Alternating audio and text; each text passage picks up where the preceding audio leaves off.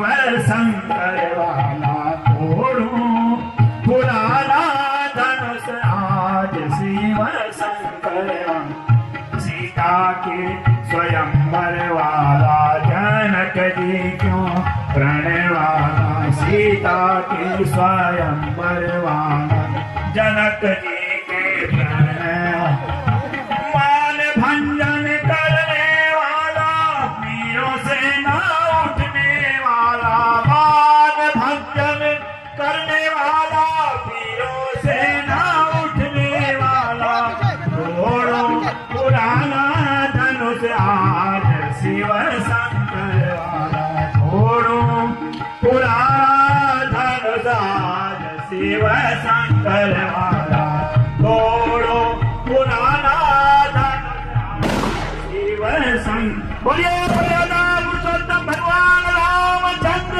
की।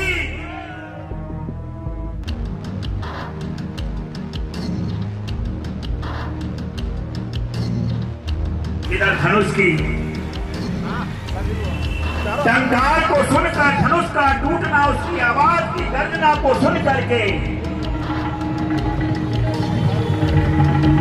निशिकुल पतंग परशुराम जी जनक जी के घर में पहुंचे।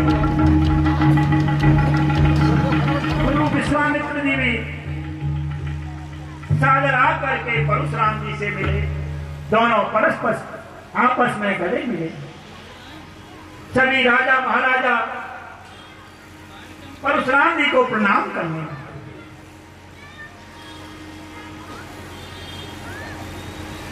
परशुराम जी कहने लगे, कहो जनक क्या कारण है, ये भारी भीड़ भाड़ क्यों है, अभी शोर सा कैसा था भीड़ों में छेड़छाड़।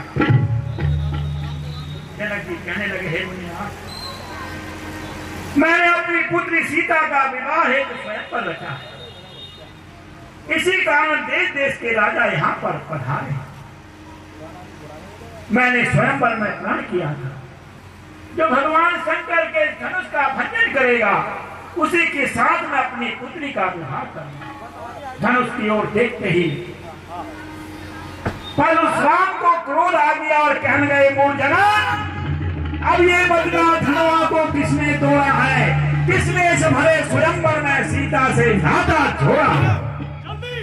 जल्दी उसकी सूरत दिखला, वरना चौपट कर डालूंगा। जितनी पृथ्वी पर राज तेरा सब उलट पुलट कर दो। शिव का प्यारा होगा जिसने साप राध किया, जिसने साप राध किया, वो दास आप का ही हो। जो कृपा पात्र है गुरुओं का, ये काम वही कर सकता है। जिस पर हो कृपा ब्राह्मणों की, वह कब किस से डर सकता है। जिस पर हो कृपा ब्राह्मणों की, वो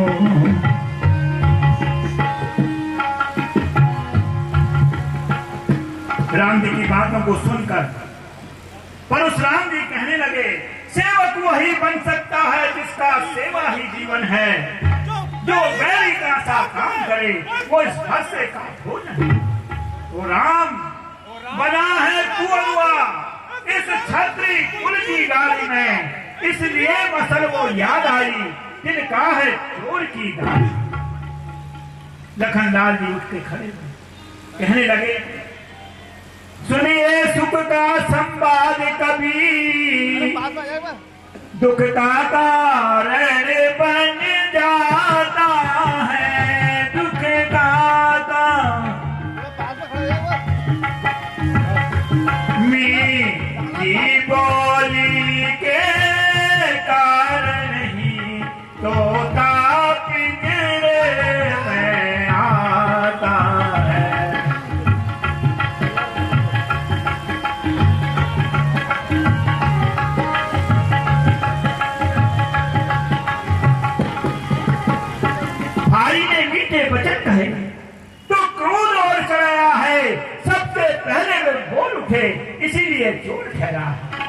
अच्छा, अपराधी हम ही सही, हमने ही जहर निचोड़ा है।